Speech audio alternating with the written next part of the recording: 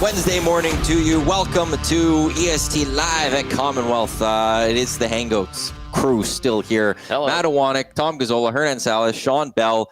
These boys will be with me here for about 10 minutes or so as we're getting set for the press conference within this hour, at the bottom of this hour, where Ed Hervey will be introduced as the general manager and VP of football operations yet again for the Double E, this time though as the Edmonton Elks, coming up in about 10 minutes time or so as well. I will have a conversation. Dustin Nielson will join me. We'll have a chat leading into that press conference, and then once the press conference is over, Tommy's around, Reid's around, Jay's around. We'll have further analysis of the hiring of Ed Hervey, as well as we'll try to have Ed join us on the show, and then obviously throughout the rest of the day as well, EST Afternoons with Hernan and Gager, the Reid Wilkins Show with Jay Milne from 1 until 6 right here on Edmonton Sports Talk. We'll have you fully covered. Also some other news today just around the Canadian Football League. The BC Lions have let go Rick Campbell, which is a big deal for this team because the rumors last week through Grey Cup was Rick Campbell maybe coming to Edmonton. Boys, how have you guys been over the last few minutes? You guys doing great. good? That music, that entrance music went hard. Yeah, it did. It's like, It's just a hard day. That wasn't the lock shop. That's all. No, wasn't. that was just music. That's just that's some return music. That's all Coups, man. I felt like I was back at Metallica for a second there. Coupe Nation. That's right. That was all over here. Ed Hervey back as GM, president, vice president of football operations. What? Swerve. Yeah, you learned about wait, was he Swerve? Well, because Kyron Moore swerved too, but Ed Hervey. No, I know there was, he was Swerve. Well, Alfred Prayton, he gave the nicknames and stuff, I think, back in the early 2000s stuff. I'll have to talk JMO. We saw him early. Get JMO in here. Get JMO, get over here. This is it's a homecoming.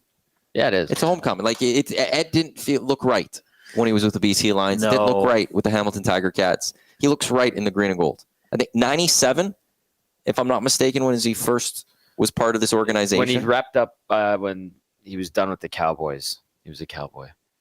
Was he? Yeah. Yes, he was. 96 or 99. Sorry, 99. 95, he was a Cowboy. Raiders, Broncos, Raiders on the practice roster and stuff with them for a little bit. Was part of. He never dressed, but he was part of the Super Bowl, one of the Super Bowl winning teams of the Dallas Cowboys. That's Hell of a party. But 99 joined the Edmonton Eskimos at the time as a player. After his career, moved into community, worked his way up, ultimately became the general manager of this team, which built a team that won a Grey Cup in 2015, that could have won a Grey Cup in 14 if Michael Riley doesn't get hurt. And then is let go, not for football reasons. And I don't think Double E fans ever were accepting of that decision. I don't think anyone people got over that decision ever. And they wanted that to be rectified. And now we're back to it being rectified. Yeah, like even though when Chris Jones is here, everybody's like, bring back Ed Hervey. Like it's just the name that's always fit, and it's just. I know Jay said it. It was always Ed Hervey when you need a new president was coming in who had ties to Ed Hervey. I know the BC guy turned down an interview, but I don't know how many other guys they interviewed because I just think it was always Ed Hervey. He's got an eye for talent. He's a good GM, guys. Like, this is not a guy just getting hired because he's a former green and gold guy, right? He's an excellent GM and demands a lot and, demands respect, but also gives it, right? So I think this is a great hire. And I know Dusty put it out on Twitter, like, what grade would you give the Elks if it's these two guys, obviously, and Rick Campbell? And some people are saying, ask me midway or during the 2025 season, because you still need results. But I think right now, for the time we're in, I think these two hires, Chris Morris and Ed Hervey, right now are excellent for the green and gold. And if it is Rick Campbell, guys, I think they knocked it out of the park. Yeah, I mean, you want to see that stability at the top. Yeah. And now having Hervey come back and what he did prior to obviously leaving was really good. And this franchise was was rolling along quite nicely. And then, whatever happened, it doesn't matter at that point. But to me, it was kind of the beginning of the end. And so now it's good to see the guy come back and hopefully right the ship. And there's a lot of momentum here in the city of Edmonton with obviously the new ownership and, everything that they've done. It's a renewed sense of excitement. I hope, or I'm curious to see how different Ed Hervey, the GM now, is compared to Ed Hervey, the GM that we saw here. I know there's been that time in between, obviously, but how to manage this market, how to have interpersonal skills and abilities and maintain strong relationships in these offices, literally, that we're in, and to maybe finesse things a little bit more and be less brash. I think work with the media, because he was the one that kicked the media out of the locker room. That was a time of change in media as well. Like, things now in 2024 on the cusp of 25 are way different than they were in 2015 in terms of how media operates. Hell, the amount of media that even exists, for crying out loud, is way different. When you have a press conference in 2015, or when they went to the Grey Cup, there would have been, I don't think Journal and Sun were together yet. No. So you would have had two different writers that actually covered this team at the time. And a columnist. You would have had a columnist because Terry Jones was for sure still going to be covering this team. Yep. Reporters from the TV stations were coming out. Yep. There was just more media. Now, you were here for part of this season. How many newspaper media ever came up? Was it like, Zero. did Jerry ever, no, in your time you never saw one? No. So it was 6:30 Chet with now 8:80. And they'd be like, I know Slav from Global would show up and Global stuff. they were consistent, at least once or twice a week. CTV rarely, CBC rarely, Canadian Press once a week. But so like that's just right there. We'll be from that Grey Cup in 15. I know Ed was around a little bit longer, but from 15 to 25, just who covers your team? There's less, so you can't make it more difficult for them. Yeah. So that's but. I will say, when it comes to how Ed will be, I think what's big is it's the guy who's above him. And it's somebody like Chris Morris who he wants winning. He's going to try to win football games, but he's also now has to build the business of the Double E back up. And he's going to focus on that. And if he doesn't like what Ed's doing, he's not going to be afraid of Ed. And that's very important. You need someone that's not afraid of and who can clear his own throat and speak his mind. Right. And Chris Morris, I don't think he's ever going to be afraid to speak his mind. How would you compare the vibes, guys? Because we were like, I was with I was still with 1260. Like, we were all working in the same business. How would you compare the vibes to when the Elks last time kind of cleaned house and brought in Victor, brought in Chris Jones? I find there was a lot of excitement that time. I find it now it's like everybody's happy, but it's more what's the word I'm looking for? Wait and see feels like calm, subdued. Yeah. I think there's more excitement over this one actually than that one, because I think there's a lot of people that didn't like Chris Jones, and they immediately didn't like that he left. They didn't like how he left, and he was not winning over fans right off the bat, and he needed to win. Whereas here, there's the nostalgia to this. Yeah. No, Chris Morris is back. Ed is back. Rick Campbell is going to be coming back. Like the boys are back. The Double E is back. Like, you don't even have to say the Elks as much. Like all of that. I think there's a little bit more excitement, but there's also don't want to get too excited because we've seen this before. Yeah, no, I was just comparing the two because I remember there was quite a bit of excitement last time, and it was a little bit different because Jones got hired first. Yes, which is very backwards, but it made sense why. Yeah. The Double E is back. I think is something you just said there that I think is going to resonate, because maybe we here in this community were treated to so many years of prominence, victory, just owning the league essentially, and then it just went totally the opposite. Being the bad boys, into the right? dumps. Yeah, exactly. The evil empire. So hearing the Double E is back, I think brings up thoughts of, oh yeah, remember when the Elks were the quote unquote flagship franchise? Pardon me, the Eskimos were. Now you have some of these people who did it and were a part of it, ingrained in it, coming, and the sounds of Chris Morris and his intentions, I think sparked some of that. Oh yeah, remember we had what the Double E were good. well, this guy remembers, and that's ingrained in his blood, and now he's going to install these practices and abilities, and they have faith in him to come in, bring in Ed Hervey as well. And then, oh yeah, he was with them, and they know each other, and they have a good working relationship. They know the city. And then if you bring in Rick Campbell now, because he has been relieved of his duties by the BC Lions, I think it harkens back to a good time. So maybe that does provide more of a spark as well. So yeah, maybe.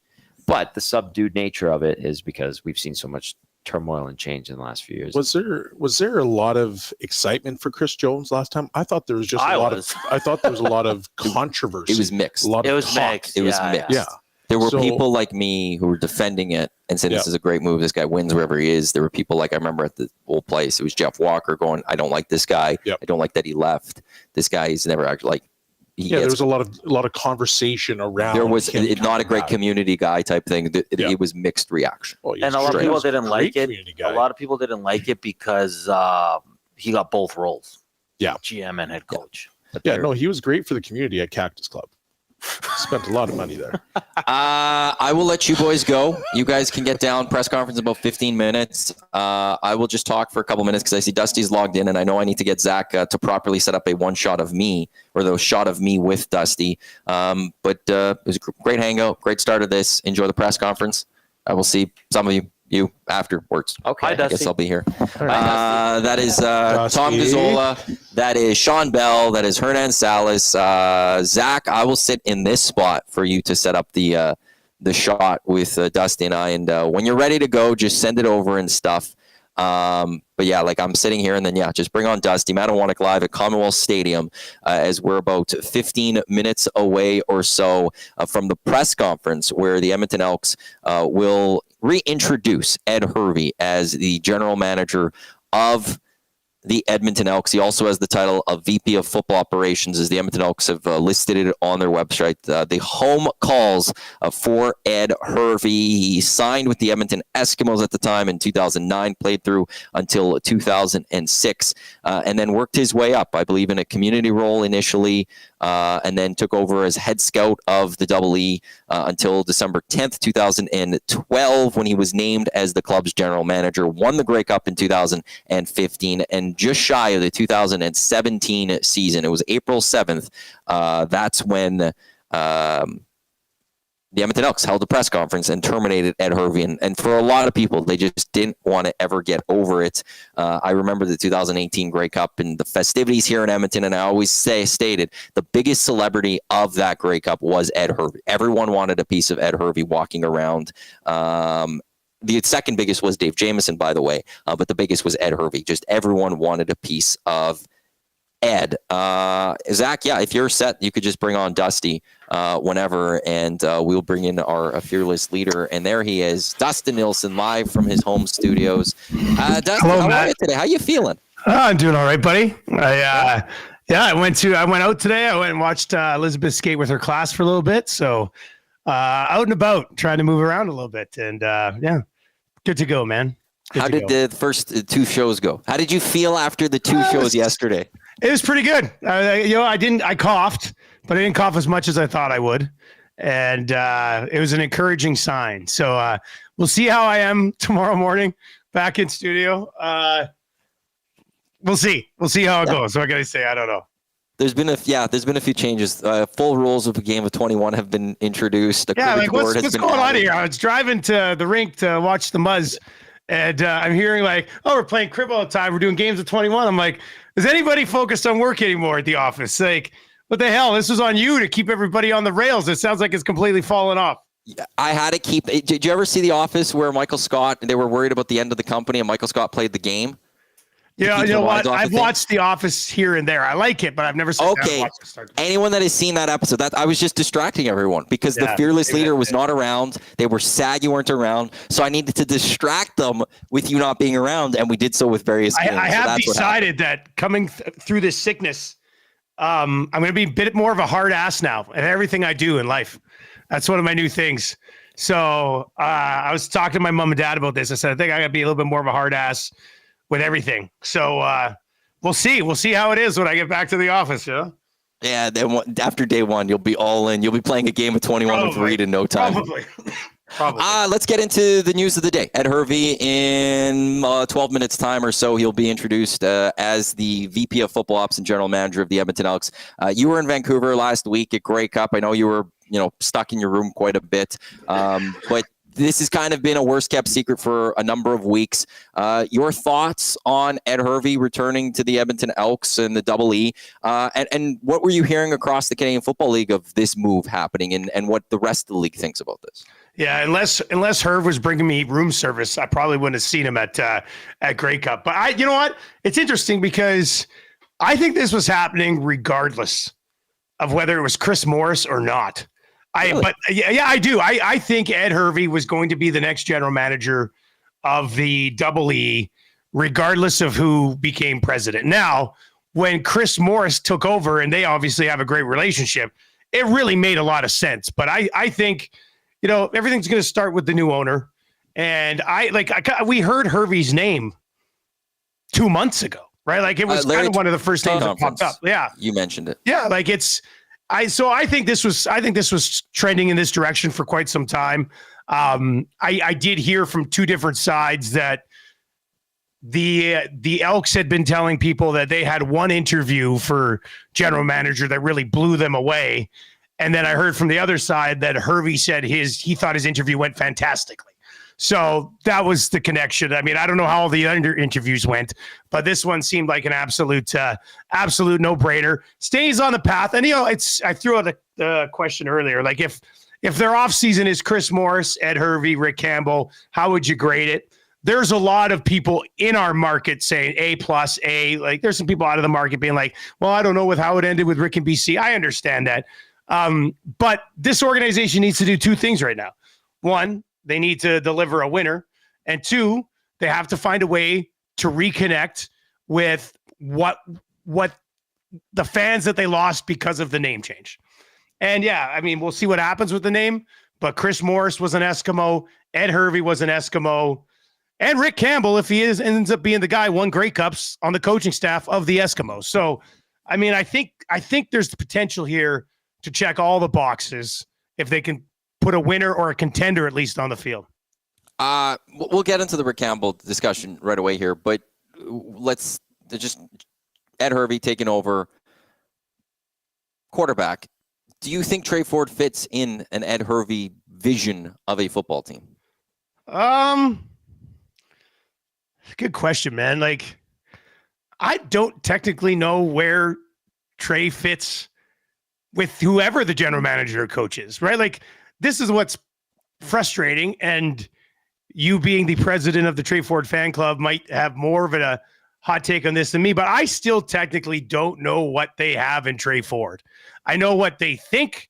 I know what we think they might have in Trey Ford, but I would have loved to have seen him play 16 games this year. You know what I mean? Like, so I don't know. I don't know whose system or what style of general manager Trey Ford would fit. So to be determined, I guess. And, if they get, well, obviously Ed will be in place today. If they add Rick, depending on what happens with the OC, will be interesting. And then, the next, chip to fall here will be the quarterback, and we'll see how that sorts itself out, man. Well, it's going to be a fun offseason when it comes to quarterback, too, though, because, VA, where's he going to go? I know a lot of signs pointing to Calgary, but he's got to be dealt with. Montreal's got to figure out what they're going to do with quarterbacking because Alexander's a free agent. Does Hamilton stick with Bo? If not, where does Bo go? Because he's coming off of MOP runner-up season. Yeah. I voted for him. I thought he should have been MOP. Did you vote for him? I did. You know what? I voted for him, and when I saw the results coming out, when they're like 55 of 56 voted Brady Oliveira for most outstanding Canadian, I was like, oh no! Like, what happens if it's 55 of 56 for Bo for MOP and I'm the one? But it ended up being like a 60-40 split, so I didn't feel bad. I voted for Brady last year. I thought Brady should have beat Chad Kelly last year. I just don't think the MOP of the league scores 4 touchdowns. That's why I didn't vote for Brady. I voted for Bo. He blew away every quarterback in every single statistical category. We don't need to talk about this, but I just thought I'd pass that along. But yeah, so the quarterback, and we'll see what everything plays out, and it all trickles down from VA, I think.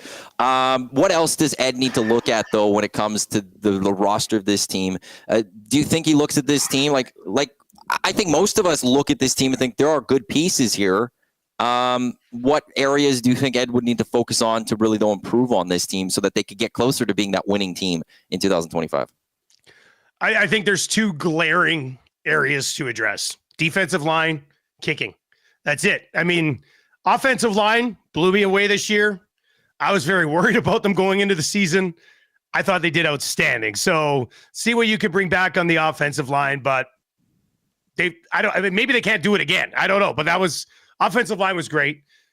We'll see what happens with the receivers, but they should at least have 3 to 4 really good options there. Running back will be taken care of. Beatty had an awful year. I was listening to you guys when I was driving back from Elizabeth skating today, and you're right. I mean, he's had one really good year his entire career.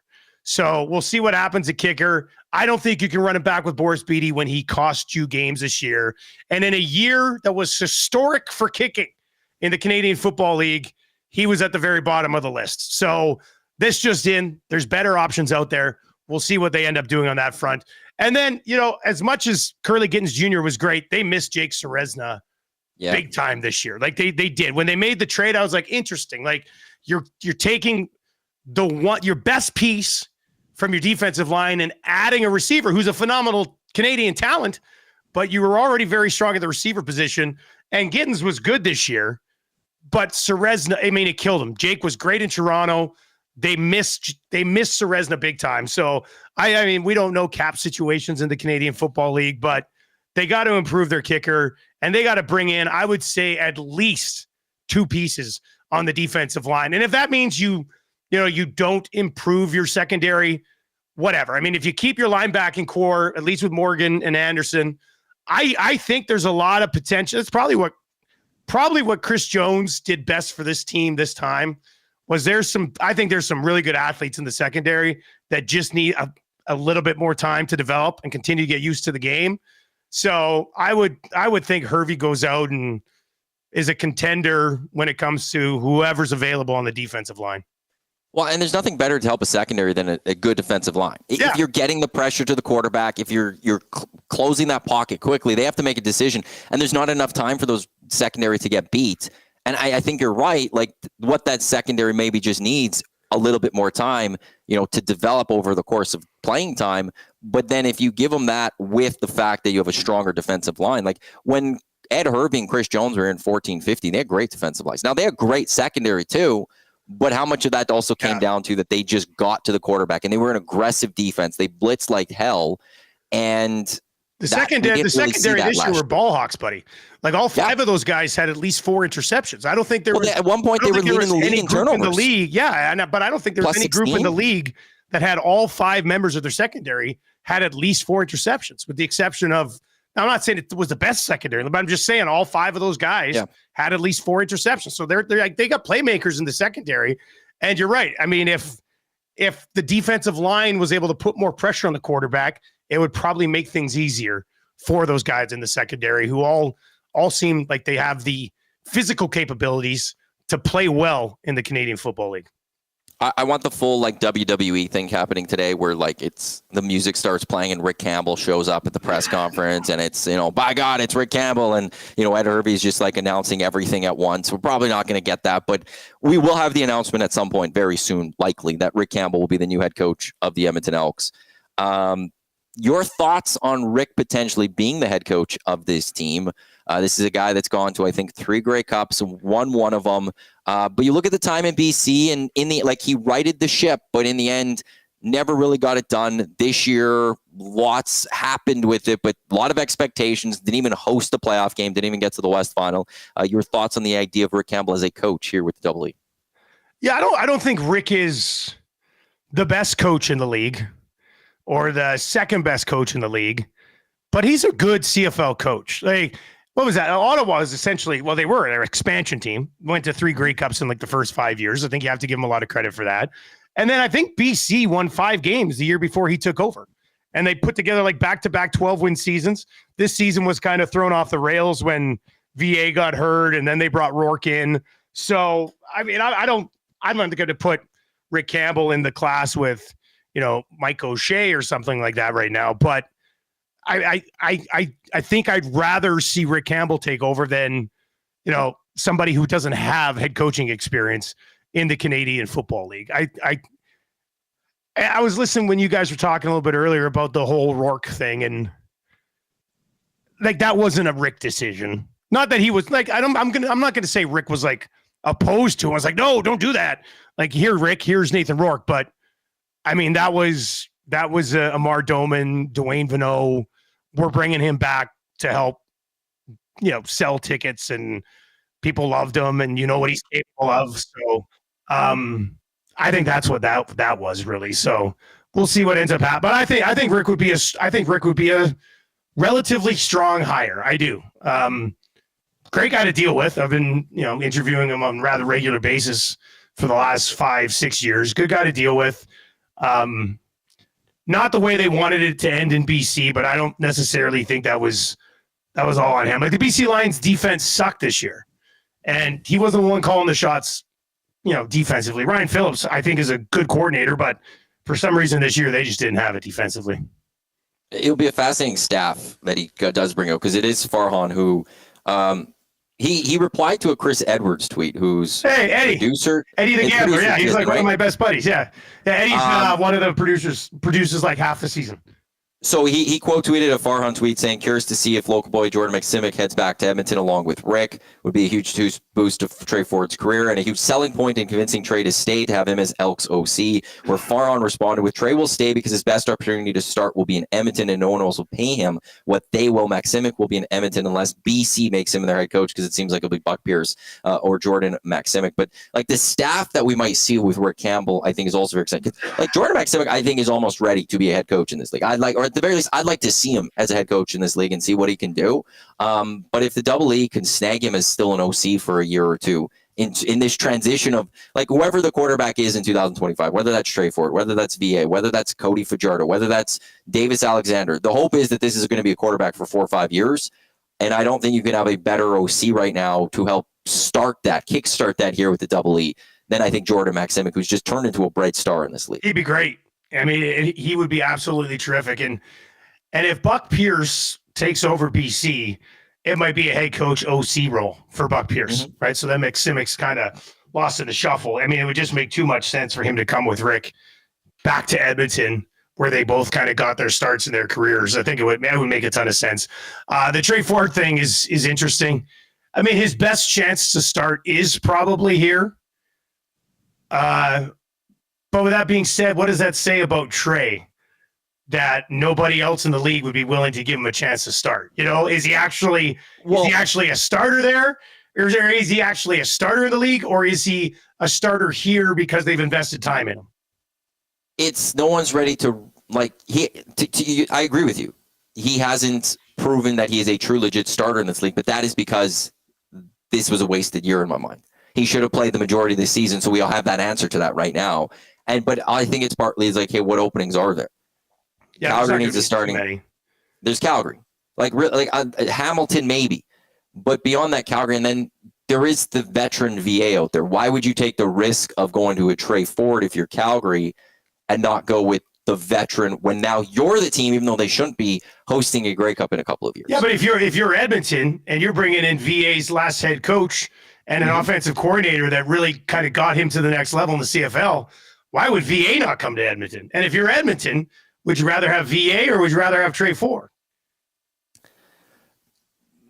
And this goes back to the early part you said, is that there's the two things, kind of like, it's, you need to get the fan base back in love with this team and you need to go win.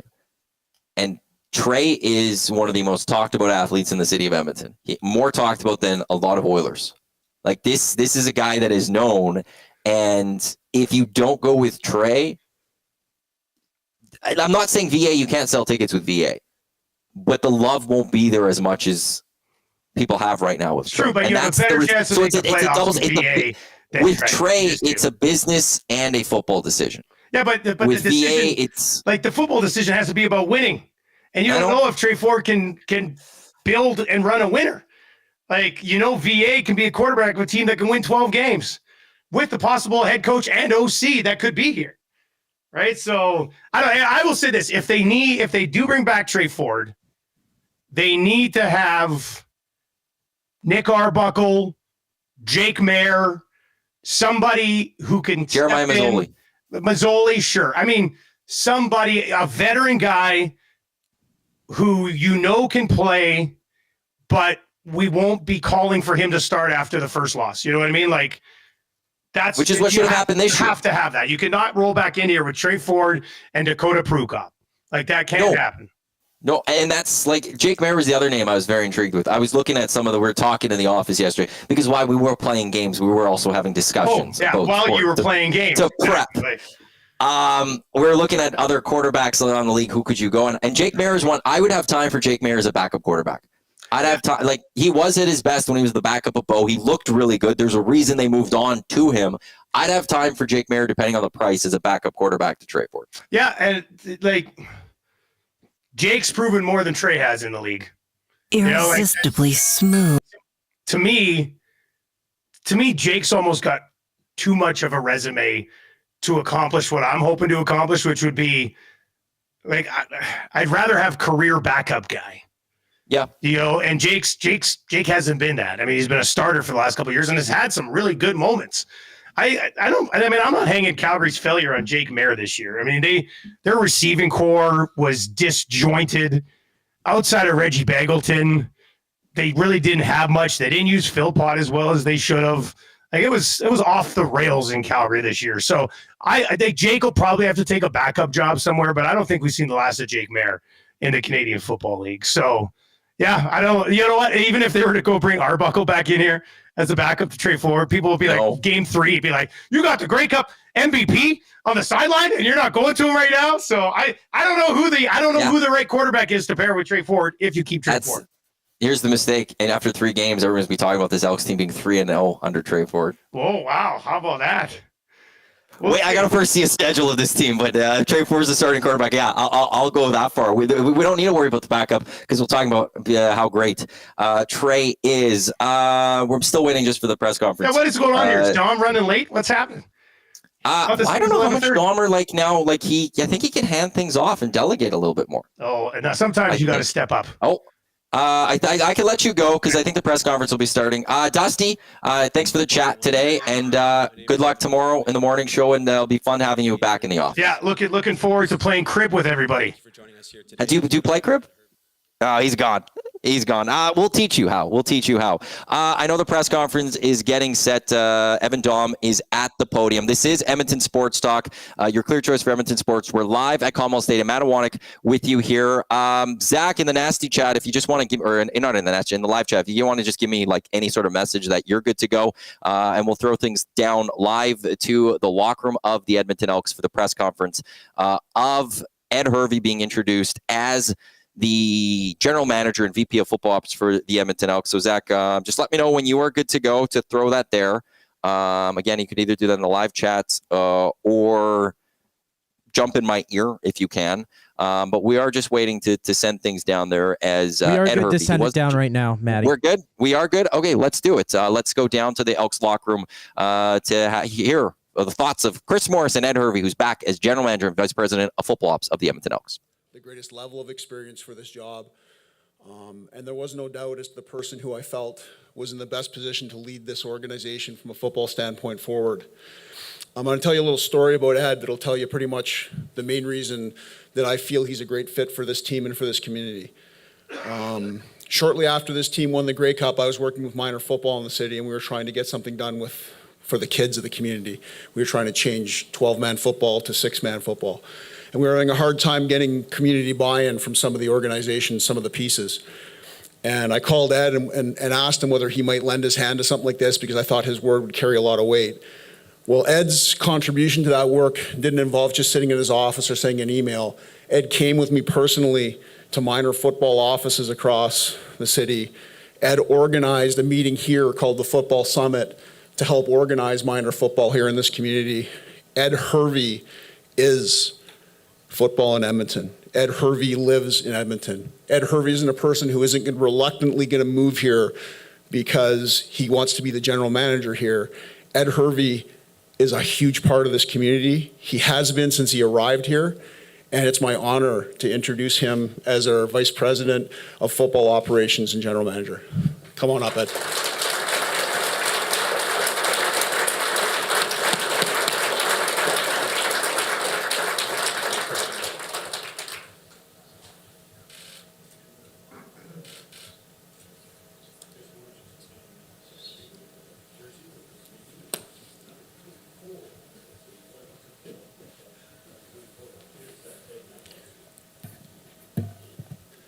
Thank you, Chris.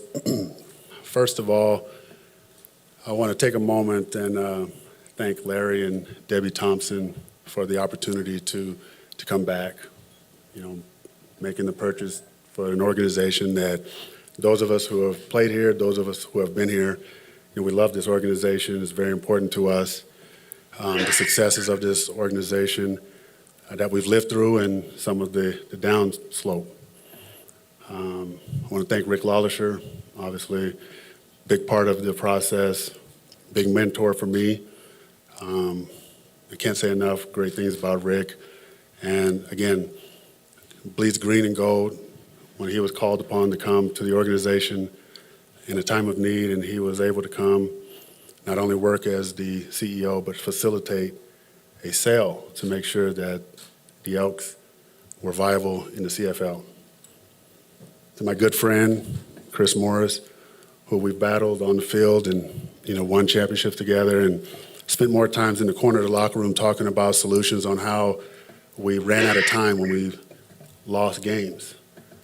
And doing the Football Alberta and the summit and all those different things, just sharing the passion for this community with someone that I know cares about it equally, if not more. I guess we will be competitive in that part, how much we really care about this place.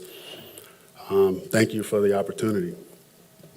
I also want to thank the Hamilton Tiger Cats, Scott Mitchell and Orlando Steinauer for the opportunity to work there, for the opportunity to interview for this position, and for showing me how hard the bar is and where we have to achieve, and for being a first-class organization. To the many people here that I do know, this is take two. And for the many people that I don't know, you're gonna realize I'm intense, I'm focused, I'm all about winning, I'm gonna do what it takes to win. I don't take junk, but I'll compromise and we'll make things happen. I do not like where the club sits in the CFL as far as the perception. I would equate it to laughingstock. And it is our responsibility to remove ourselves from that. And I can assure you, I am going to work tirelessly to make that happen with the staff that I bring in, with the coaching staff that comes in, and the players that play here. That's important. Understand that. I understand there's players in the room, and there's players that have played with me. Understand this, gentlemen. Whatever you went through, all those different things is done. The Edmonton Elks are under new management, okay? New business. I heard one of the star players in the league say, whatever you do, don't go to Edmonton. To the players out there, the water's warm. Come on in. We're gonna change things around here.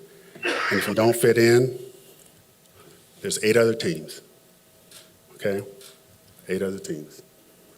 I'm looking forward to the opportunity to work here, looking forward to the opportunity to work with Chris. I'm excited about the opportunity, and I'm ready to go.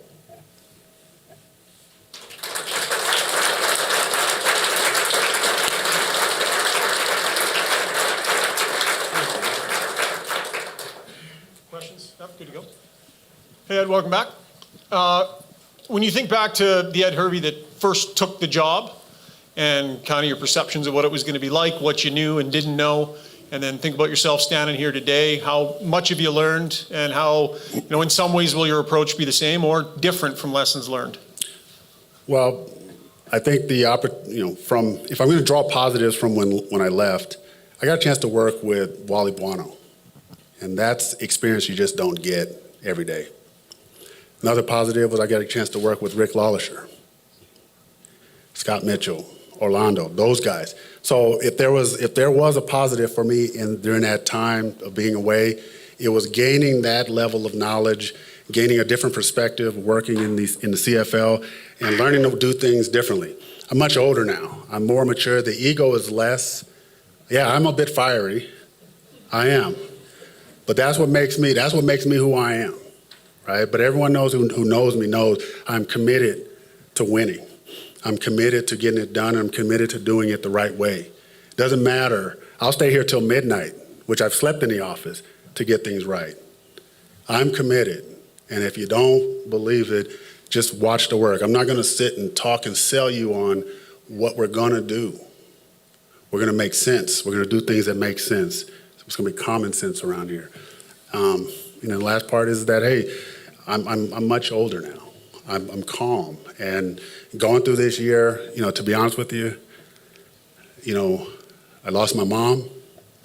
And from that, I have a different focus. I'm ready to make sure that her legacy with me is one that she stays proud. Condolences on that. My next question, Chris made it really clear when he took the job that the revolving door was done, right? There was a little too much in and out of the organization, people coming and going. At the same time, no nonsense attitude. If you don't like it, you can leave. How do you balance wanting to establish consistency, but also understanding there's some change that's probably going to be needed here out of the get-go? How do you do both? Well, here's the thing, right? We're looking for people that want to come in and compete, people that want to come in and do things right on and off the field. I could care less how great of a player you are if you're not great off the field.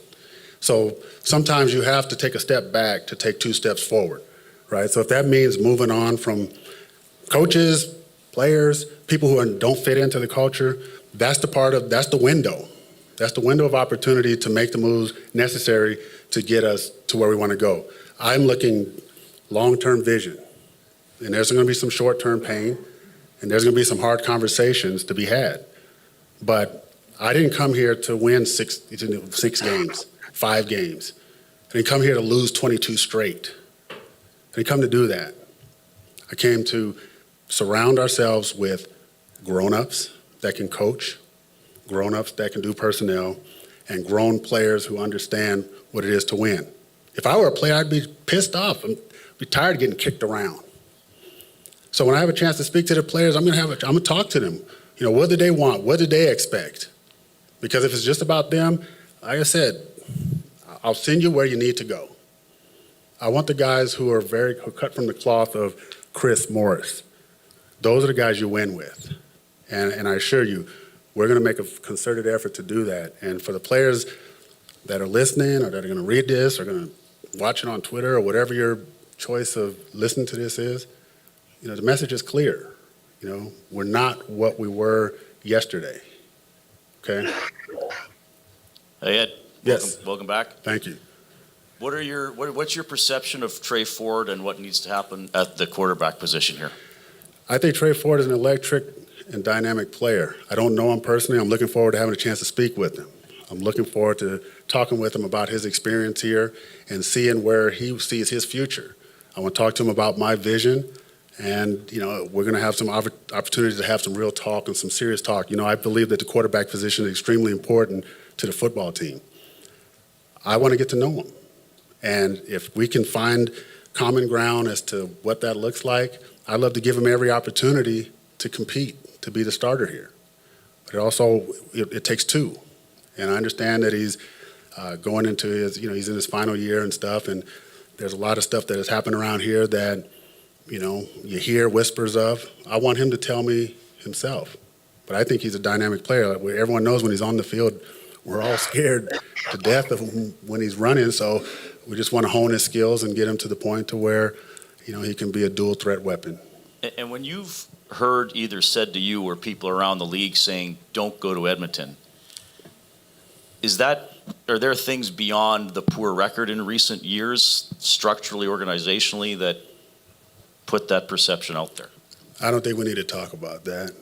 I think it goes without saying. The reality. This is where I get myself in trouble. Okay, this is where I get myself in trouble. Here's the reality.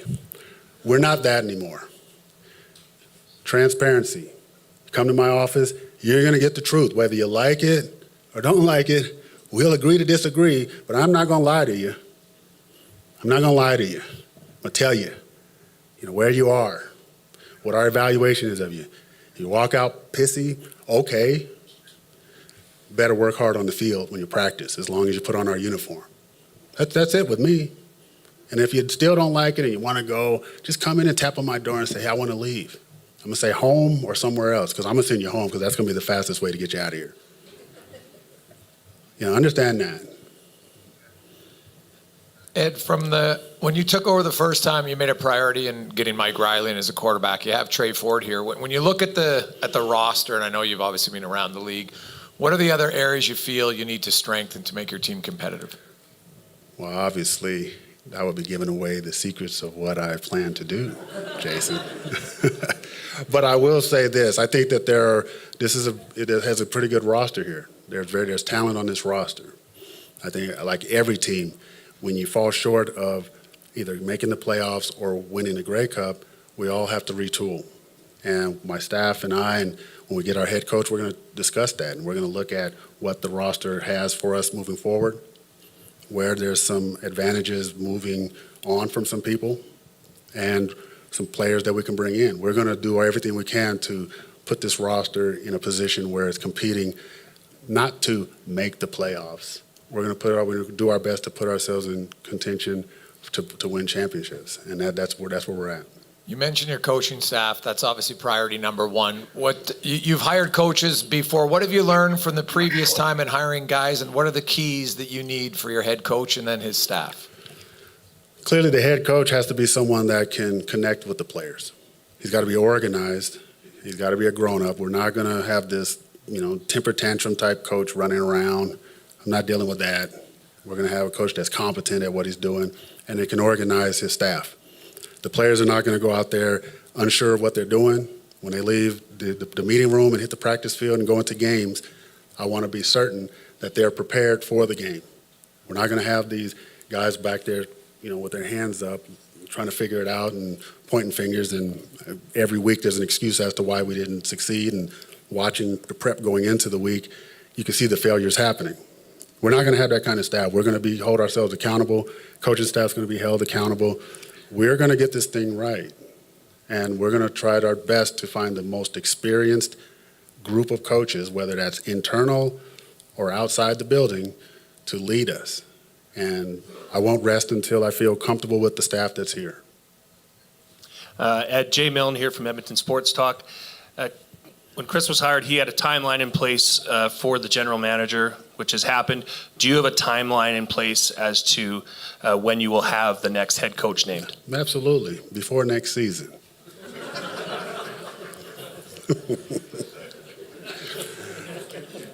No, what I plan to do is to make sure that the process is handled in a way that allows me to make sure that we're getting the right person in here.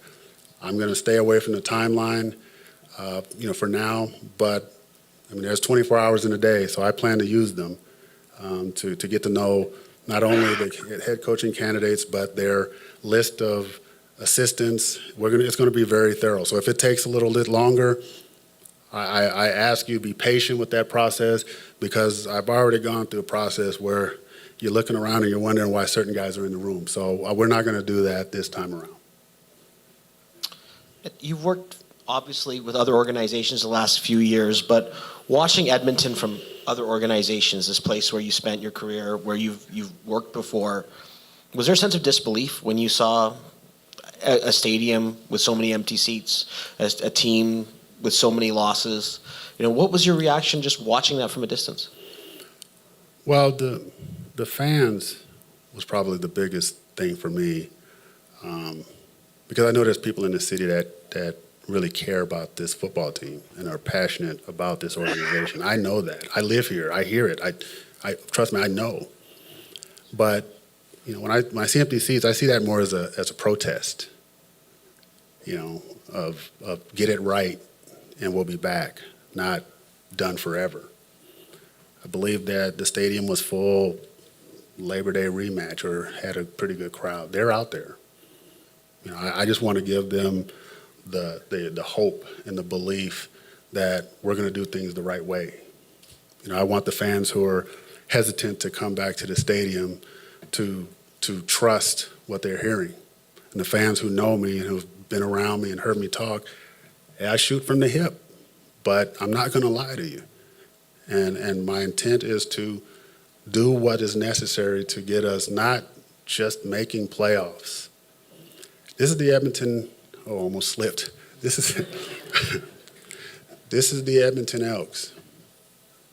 You know, we're a championship organization. When I walked into the building, the flagship franchise. You know, we have the ability to bring that back. It's going to be work, but it's not going to just be Chris Morris, myself, staff, players.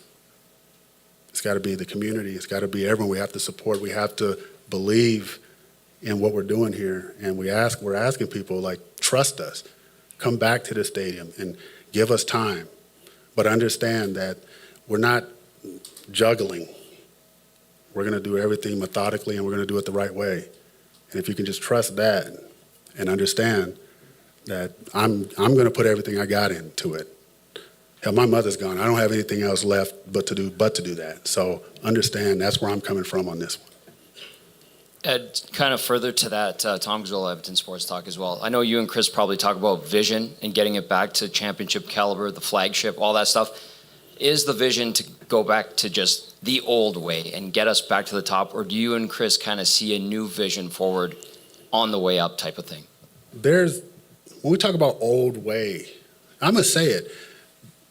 We're talking about taking the Eskimo way and wrapping it into this Elks organization. You know, the foundation of what this place has been built on. Yeah, I might get in trouble for saying it, but that's the way it works.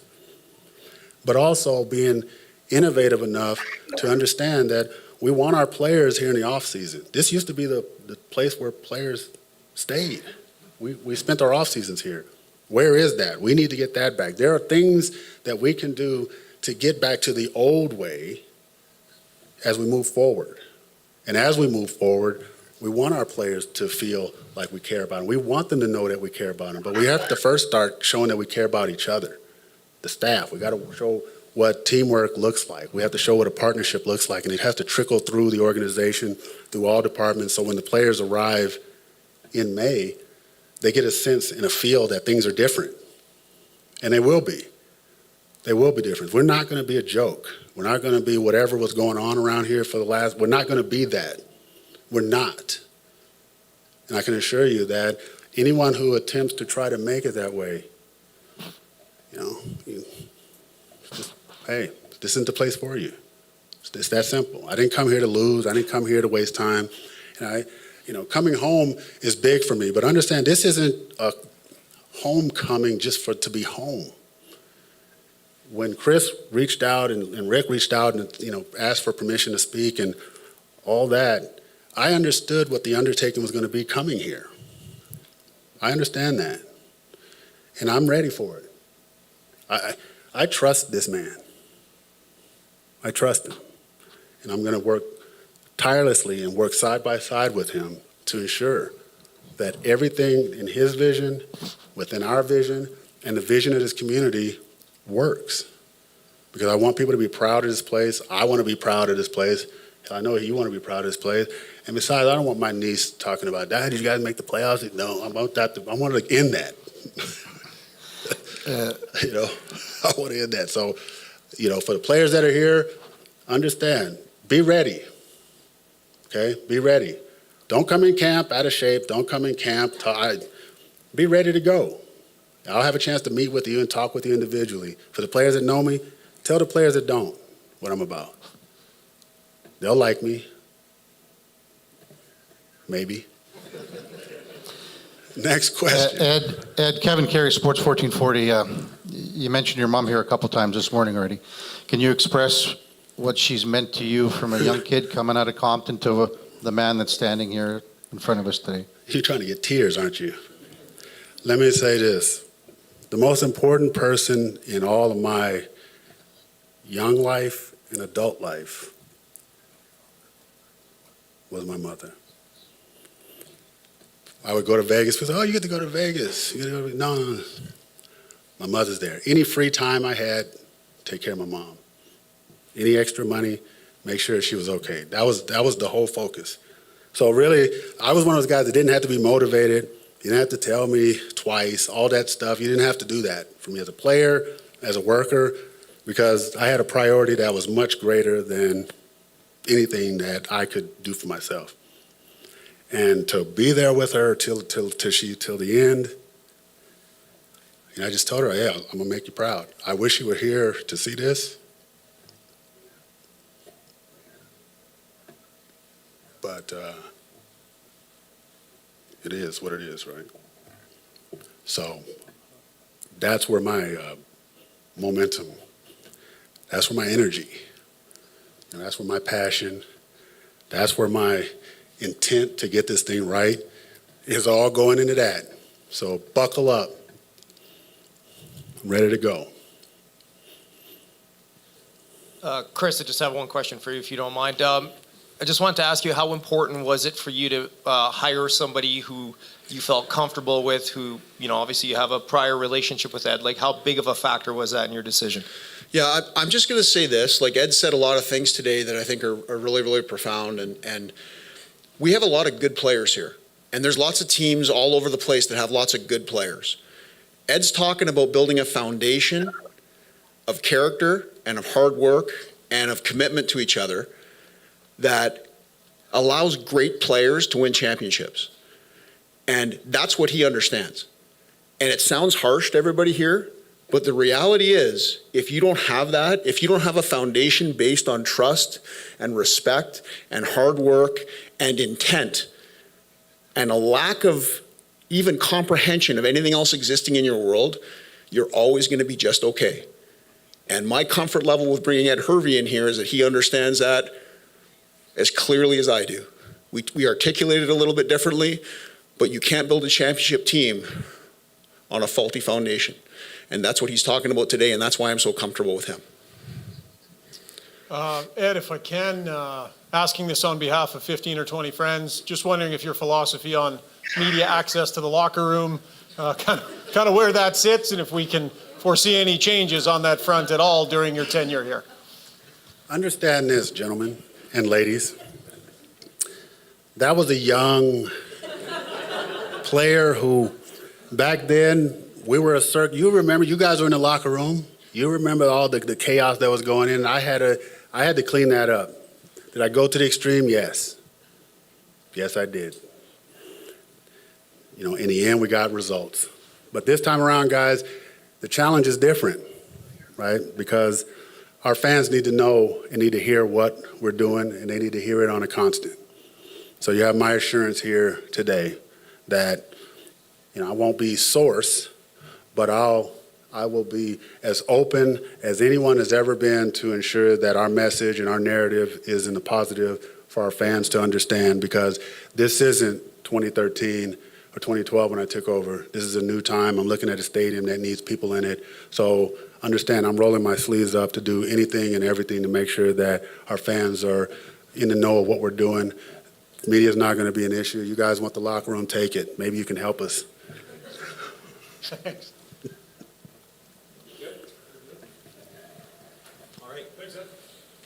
With that, we will wrap up the formal part of this. Thanks, everybody, for coming down, and Ed nailed that last question.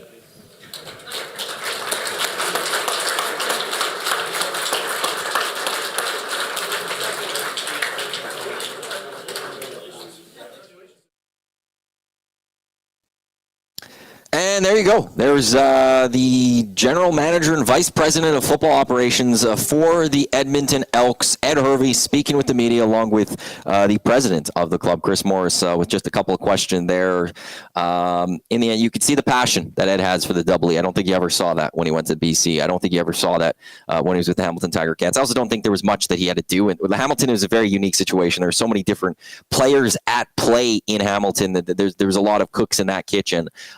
So so he is back here. Matt Iwanyk with you here on Edmonton Sports Talk, your clear choice for Edmonton sports. Normally, this would be the oil stream. No oil stream today. Instead, we have full extra hour coverage of Ed Hervey. Hopefully, we'll speak with Ed Hervey at some point within this next hour. Jay Milne, Reid Wilkins, Tom Gazzola, they might pop by. Well, a couple of them will pop by, I know for sure, as we will take you for the next hour leading up to EST Afternoons with Hernan and Gager. You heard Tommy, Jay, and Reid asking some questions there.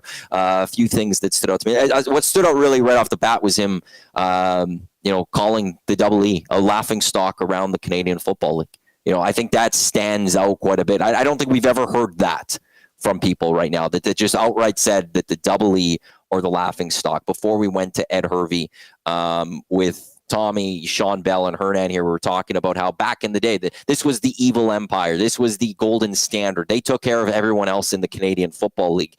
And to now have it knowing that it is the laughing stock. No wonder Chris Morris has taken over this team. No wonder Ed Hervey has taken over this team.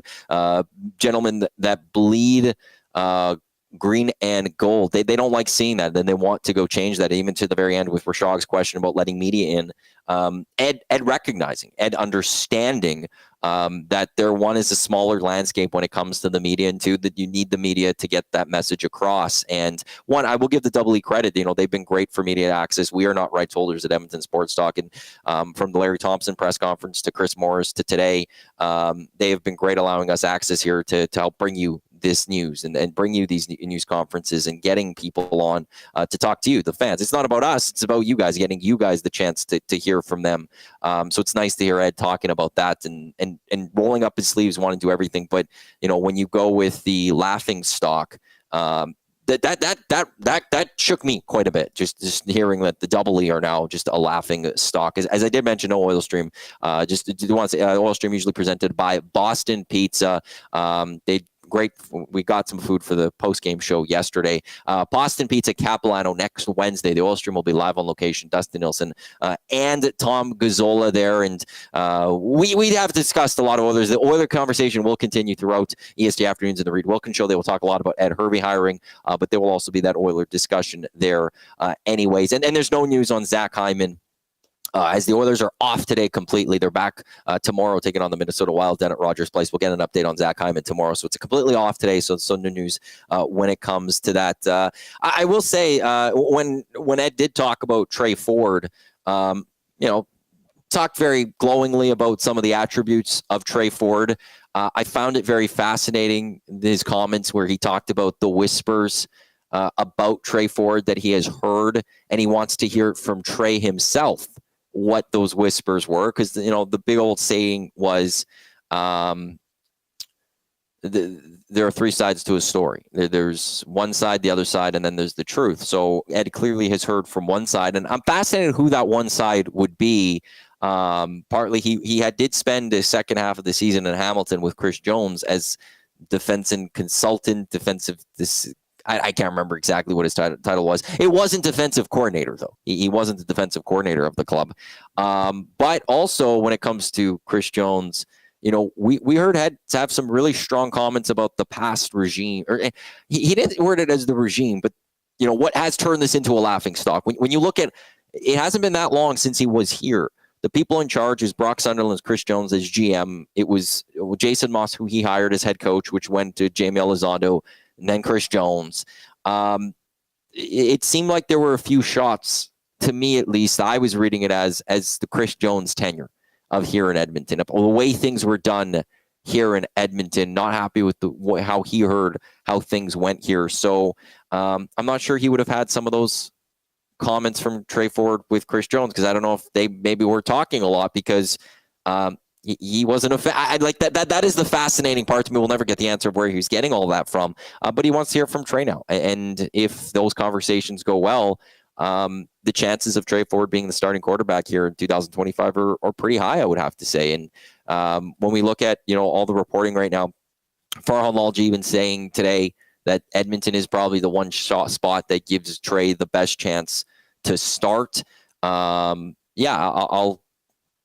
say that we talked about there's not a lot of opportunities elsewhere, to start. So this does give Trey Ford the best chance to start in the Canadian Football League. It is right here with the Double E. and that whole regime is gone, and as Ed had said, everything's changed. This is a different time. While it's also what is old is new again type thing, but do things the new way. I really like the way Ed was commenting on, wanting to bring the Eskimo way back, but do it new, and there's a lot of good from things done the Eskimo way, but moving forward, everything changes. All the ways do change, and eventually you switch to the new ways and transitioning into the Elks way. Joining me here in the office here at you could jump on too when you can, Jay, as well. It is Reid Wilkins. It is Jay Milne in the office. Hopefully, like I said, we'll have Ed Hervey at some point within this hour to talk about him becoming the general manager and VP of football operations for the Elks. Which headsets do you guys have? You guys got those ones on? And these are the headsets that I need to unmute. Boys, how are you guys? How was the press conference? What did you guys take away from what happened downstairs? Well, I'm well, Matthew. Thank you for asking. Obviously Ed brings a certain amount of intensity, which he referenced. I think he called himself fiery a couple of times. I think he acknowledged that he's in the past perhaps hasn't always been easy to deal with, which may have been to his detriment in a couple of previous jobs. But he is very passionate about the team. And I think, look, I'm not going to sit here and guarantee the team's going to get way better or win a Grey Cup in X number of years or whatever. Hopefully they can. I mean, to miss the playoffs 4 years in a row in a team, in a league in which 2/3 of the teams make the playoffs is quite poor. Obviously, we know that. And he referenced that I was surprised. Ed Hervey said it's been a laughing stock. He used that word, right? And I think, that's you can justify that. And it also struck me that he flat out said players say, don't go to Edmonton. Like that's pretty harsh to say, don't go there. And I think, and I kind of asked about this and he didn't want to address it directly, but beyond the record, there's just been so much instability with the franchise. And perhaps it has not conducted itself as a professional organization should, or at least to the standards that it had in the past, and a lot of other CFL teams do. So the thing that I feel good about with Morris and Hervey is they are not hired guns. They are here not just for the Elks; they're also here for the city, Edmonton. They have roots here, they're based here, they care about the team, and they care about the community. So this isn't Chris Jones where people were worried he was going to leave after a year or two because he did it after 2015. So I think that stability is important, and that they do have the gravitas of, okay, we're talking about all these standards, which anybody who gets hired is going to do, but they have lived them in the past as players and, as coaches and or managers in other organizations, obviously Chris coming from the U of A. So I think all that is encouraging. Now, having said all that, show me. Not just as someone who talks about the team as a talk show host, show me as a season ticket holder since 1997 that I'm not going to come and see 22 consecutive home losses. Now this year the team was better, to be fair, but that I'm not going to be coming to games that are over halfway through the second quarter. That now you got to show me. Chance to get a playoff game. Ed's chance to get a home playoff game. Ed's got to put it together on the field. I mean, he doesn't get a passing grade for me as a GM already just because of what he said. Now he's got to go out and do the job. But, I think there's clearly some things I feel good about based on what they said and who these people are. Your takeaways initially? Yeah, just the passion that's involved here, not only from Ed, but from Chris and to each other. Yeah, with that, if there's something that mic has to be like right. I was with Belsey all day during the hangout today. So that just brings excitement. You can't help as a Double E fan to be excited at what the future has to offer. But like Reid said, I mean, this is not guaranteeing much, but it is guaranteeing that there's structure at the top, which in any business plan is key and a major fundamental to having a successful company, successful organization. And they've got two really good pieces there. I was, the question that Reid asked about, the quarterback situation, that led me to believe that this is very much so not Trey's job. Currently, this is an open tryout, so to speak. that is also encouraging because, as you know, for fans, you just want to have the best product on the field. If that's straightforward, great. If not, well, that means there's somebody better coming here. And then kind of the shots fired to the players. Come prepared, come ready. There's a new sheriff in town, and there's, you know, the expectations are going to be at championship level, not okay, as Chris Morris said. So, yeah, I think you can't help but be excited about that press conference and about what Ed had to say. You got an Ed moment today. Yeah, well, had some fun with that. Truth be told, like I've known, I loved him having that little fun with it. I was like, oh, he's going to say something here, and then I've known Ed since he played here. Oh, do you? We used to play together. The Eskimos players would come to U of A and play Bears football players at noon. They play basketball. Nice. And so Ed and I have known each other a long time. And he said, what are you doing on this side? So I think he was surprised to see me sitting in media row, so to speak. But yeah, I mean, the timeline question needed to be asked. Absolutely. When is this going to happen? I'm of the belief that there's obviously the rumor mill has been kicking up names already. And, you know, I could expect that this will probably happen in the next month so that they have somewhere going forward. But, you know, to be determined. Yeah, I think in the next week or two we'll be back here. I think there's a good chance that we could be back here. I think there'll be a coach relatively soon. We'll be in this office or that office or some other office talking about. Well, I like this office. It's nice. It's got a locker. There's plants. There's plants. We got plants. We got some signed footballs over there. It's a very lovely office that we're. What did you think? So you guys hit on a lot. Like, to me, what stood out was him going out and calling this a laughingstock, calling this franchise a laughingstock. We know this hasn't been a good franchise for a long time, but I have not heard anyone call it a laughingstock. You know, I know Kenny Lawler, when he left, he was the one that threw out there, was one of the players that said, don't go to Edmonton. Like that. So I know where that has come from, but not that this franchise has been so bad. And I'm not that I was naive to think that this wasn't bad, but I never put it in the picture of this is a laughingstock around the league. And this used to be the franchise of the Canadian Football League. It was the flagship of the Canadian Football League on and off the field. And now to hear someone who is connected to this saying, no, it was a laughingstock. And that's where it's like, hey, Chris and Ed come back here. This isn't just a job. You talked about they're in the community. This team and this franchise also just runs through their blood. And so, like, they will put everything they have in this. Not saying Chris Jones didn't. Not saying Brock Sunderland didn't. But there's a little extra they have for this club that you can't fake, that you can't just have. Like, you have to have been around it for as long as these gentlemen have. For Ed Hervey, it's been since 99. Chris Morris was since 93 that he was a player. So that intensity and that passion, it's great to see that. And I know Ed talking about his mom. Like, I know of the amount of times he'd fly to Vegas and how much his mom meant to him. And the fact that now this is like also in memory of his mom, this is big. You know, I'm with you, Reid, though. It doesn't mean that definitely we're going to see an 18-0 product over there. Or this, right? Like, there's now you've got to go do this. We've had all these press conferences how many times where it's, oh, well, this is going to turn it around. This is going to turn it around. And since 2005, there's 2 really good years. That's really it. Can I ask you both a question? Because last time, you know, during Ed's last tenure, I was not in the role I am in now. So you guys were much more associated or closer to the team. And he referenced this several times throughout the press conference, was that, you know, I'm not the old me. I've grown up. I've aged. I've matured. Just get Reid if you slide back just a little bit. And we'll get Tommy in here too. It didn't seem forced, but it did seem like it was something that he wanted to make clear. What's your take on that? My take on that is that, you know, Ed called himself fiery. I think, and he kind of referenced this, that when he took over before, he didn't, I can't remember the exact words, but he basically said, I still kind of had a player's mentality about the locker room and dealing with the media and what was going on.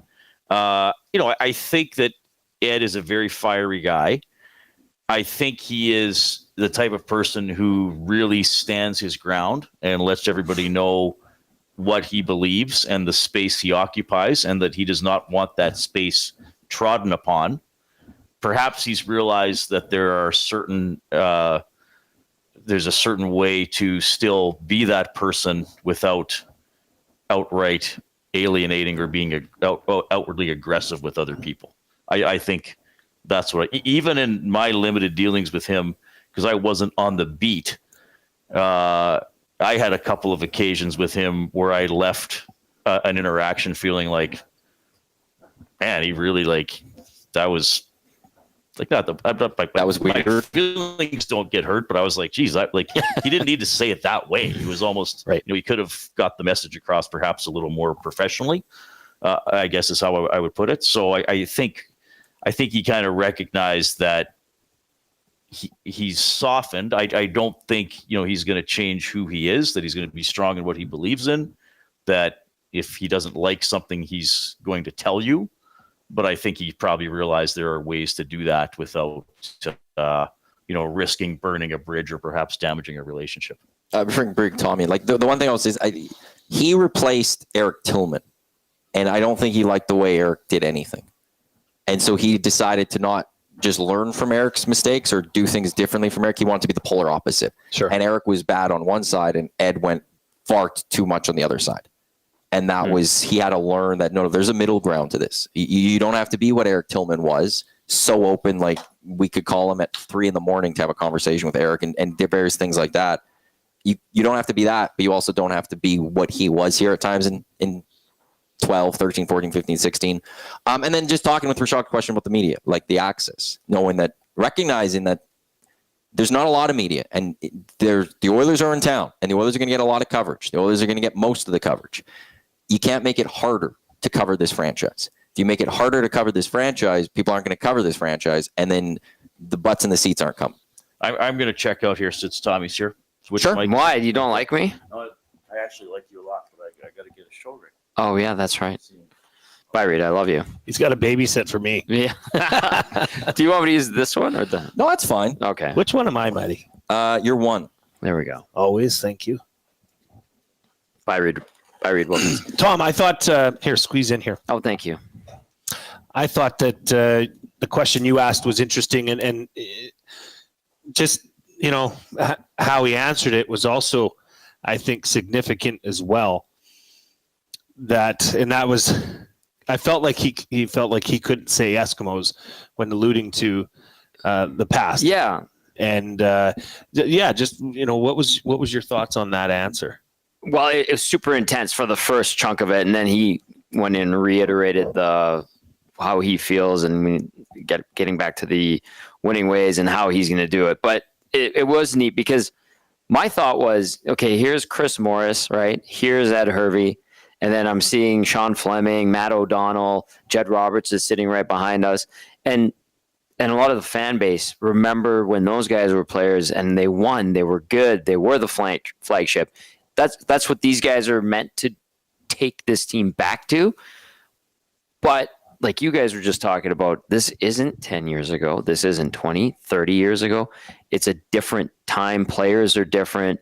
The way the game is consumed is different. The demographic of the fan base is different. And I just wondered, I'm like, well, here's two guys that are about to try to embark on bringing this back to how it used to be. But maybe they have a way of saying, well, if we were players back in the day and we're running this ship, how would we make it better? Or what different visions might we have? And I was just kind of curious to tap into that. And I think he kind of acknowledged a few things about how times have changed, and then obviously went further into it. But it's neat because now they've got the keys to the car. They were the players. They were the guys getting paid to go out there and bust their butts, break their bodies, and try to win games. Now they're the guys trying to, put the puzzle pieces in place. And it's a different, for lack of a better term, ball game. And maybe they have ways of seeing things differently now than they used to back then that could even make it how it was or get back to the old ways, but improve it somehow. And I don't know whether it's community engagement. I don't know, but maybe these guys have a vision of what the ideal football team is in 2025. And I was kind of curious to hear what they thought about that. Product on the field increases, butts in the seat. Yeah. Increases. And that happened this year. It's not the last 2 years. It's not rocket science. Yeah. But I did appreciate how candid he was. Yeah. And that this is not the same old Ed. Yeah. I felt that what his words said were not on, scripted, so to speak. Like, this was not just another press conference.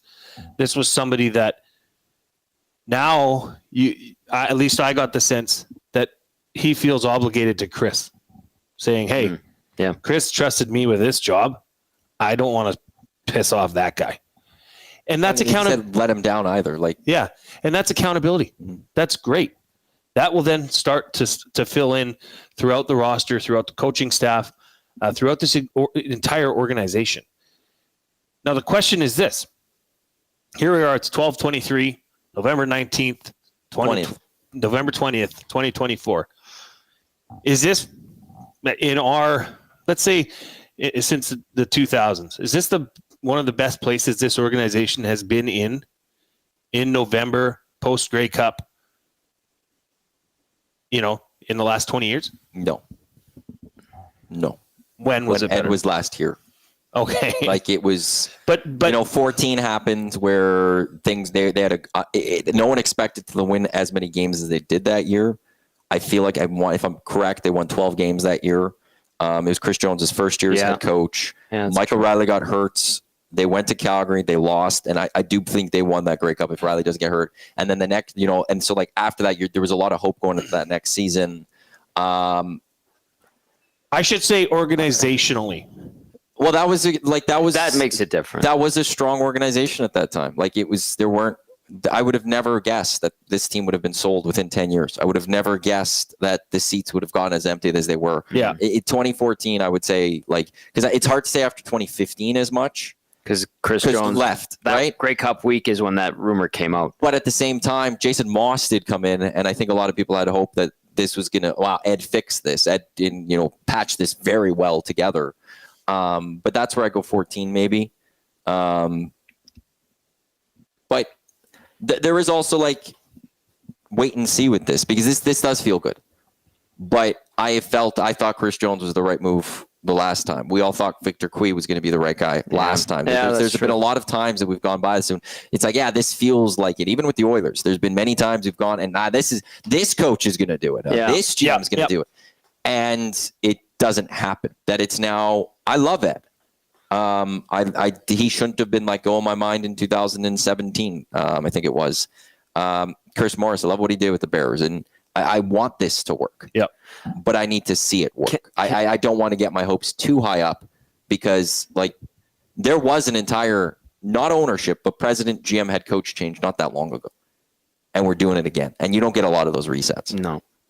Where it does feel different, and I mean, obviously time will tell, is when you look at the BS factor, and we've gone through a million press conferences, coaching changes, GM changes, president changes, especially football and hockey side, last 15 years. How sincere and intense these two are in Chris Morris and Ed Hervey is unlike anything I've seen before. I was sitting there, I was like, oh, what the hell is going on here? I'm like, this is super hardcore. Man, I feel like I'm going to get Kevin Lowe to kick me in the shins and punch me in the face and tell me to get out of his office. That's how intense it was. But to contrast it to those press conferences from the Oilers in the early 2010s, you knew those guys, Kevin and Mac T, they had done amazing things on the ice. They had a good run in 2006. But you'd listen to them and be like, okay, yeah, this sounds right. I like where you're going with this. But at the end of the press conference, or those press conferences, you'd be like, I still don't know if this is going to work. And then I'm watching these, and we had that with the last couple of regimes here with the Elks too, where you're like, I like this, Victor Cui, let's take him for example. I like his excitement level. I like that he comes from a promotions background. We need to get more people in this building. So we like that. But then you go, yeah, but we'll see if it happens, right? I don't know if it's going to be there. And then, Chris Presson, I don't think he got a fair shake, but that one I think we looked at and we're like, that's going to be a tough go. Guy from Oklahoma coming up here trying to take over this. It is a storied franchise still. Again, it's had a lot of tough times, but these two guys live it. They are here. They've proven it in other places and with other organizations, and they scare the living bejesus out of me. And I think that if they get the buy-in and the right people with the right personalities in here, plus they have grown up, matured enough, and experienced enough on the business side, that they can make this part of the building match that part of the building together, which has not been a thing that's been happening here for a good couple of decades, then I think this organization could be back to being a flagship, and maybe it can be going back to the old days plus something else. Yeah, and I think the thing I saw from Ed today, just that respect for Chris Morris, I've heard about it, and then we saw it today, and this is where I've thrown this out there many times. Ed needs someone above him that could keep him in check at times. Mm-hmm. You know, Ed talking about, that, from his past, he was too far one way and stuff. He needs someone to keep him in check. But you need someone that's willing to keep Ed Hervey in check. And there are, like, Chris Jones needed someone to keep him in check. It doesn't seem like Victor Cree was that guy. He couldn't keep him in check. Mm-hmm. I don't think Chris Morris is going to have a problem keeping Ed Hervey in check. No. I don't think Chris Morris is, and you know Chris better than anyone in this room right now. He's not scared of anyone, I don't think. Nope. I don't think he's worried about, I don't think he's worried about Ed Hervey being mad at him. I don't think he's worried about Ed Hervey being fiery with him. Yeah. Because he could return fire just as well, if not probably better. And I think that relationship there, like, there'll be the respect. But if there's ever, Ed's doing something that's maybe a little, not focusing on the business enough, I think Chris will be involved with that and make sure that, nope, we're going to change that and we're going to do things differently. And Ed's going to respect that. Even maybe in that moment he doesn't, but eventually he will, because he respects Chris Morris. And I think you have to have that connection, I would think, in any organization, from president to your GM. And then you need that from your GM to your head coach. And we'll see what happens with head coach. Widely expected it'll be Rick Campbell. Mm-hmm. I would assume that there's great respect between Ed Hervey and Rick Campbell, since Ed did hire him in Vancouver. So Trey Ford was talked about in the press conference. Rick Campbell is being suggested as the target that Ed will go after and hire, with the good chance that Jordan McSimic would be the offensive coordinator as well. But does that not mean that Vernon Adams would follow, or does that mean, I'm just wondering, the relationship coming from BC, was Vernon Adams, or was Nathan Rourke higher than Rick Campbell, that they forced him into playing? Because Vernon Adams was a very good quarterback prior to injury. Still is a great quarterback, by the way. Rourke came in and it was, okay, Vernon Adams is on the bench. Was that a Rick Campbell decision, or was that above him, owner move kind of thing? Before we threw to the press conference, I had Dusty here, and Dusty, I think the way he worded it was, it's not Rick Campbell wasn't part of it, but that's a Dome and Dwayne Vanot move, likely. But it doesn't mean Rick wasn't in favor of it. It doesn't mean Rick didn't say, yeah, no, I'm good with this. We don't know that he was against it or anything. And then he had to manage that. And I don't know. I don't know if VA necessarily wants to go somewhere and would immediately just want to go with, just because he knows that head coach. Mm-hmm. He might just himself want to fulfill. We talk about Trey Ford needing a fresh start from this organization, or we've talked about when. Well, he's getting one. Well, but we talk about Jarius Jackson and G-Roy, and you need that fresh start. Maybe VA needs that. Maybe VA needs that fresh start and doesn't want to go to Edmonton because that's where his coach was. Yeah, there's more of a fresh start here for Trey than there would be with VA coming here if Rick Campbell is hired as the head coach. But the moment I heard Rick Campbell here, my mind went the exact same way, which was, okay, what does that mean for VA in Edmonton? But the one thing I will say is the reports that we got, and I don't think there's many people better than Farhan, last week talked Rick Campbell to Edmonton. Some say me, but no, but whatever. Across the Canadian Football League. You've got Edmonton down. He's got the Canadian Football League. You've made a splash. But he had, he talked about Ed to Edmonton, he talked about Rick to Edmonton, but he talked about VA to Calgary as the front runner. And it wasn't that immediate connection. So I think the fact that we're not hearing from the CFL world, there's this immediate connection. I don't know if necessarily that. It does make sense, but I guess you also have to wait and see what you have in Trey Ford. If you're at Hervey, you want to have that conversation with Trey Ford. Because if you have it, I found it fascinating him saying he wants to hear Trey's side of the story. Because who's he hearing stuff from and what was he hearing? Well, that's just it. And there is who is defensive assistant or whatever it was in Hamilton? Chris Jones. Chris Jones. But then also he kind of ripped Chris Jones's tenure here. He was talking about things aren't going to be done that way and we're going to change. He's like, I don't want to get in trouble because this is when I get in trouble. It looked like he wanted to rip Chris Jones's the tenure of it. I don't know if he wants to rip Chris Jones, but So I don't know like how much communication they might have had on those things, but he's heard some rumblings about Trey Ford. He wants Trey's side of the story. And if he likes what he hears from Trey, he might go, this is the guy I want.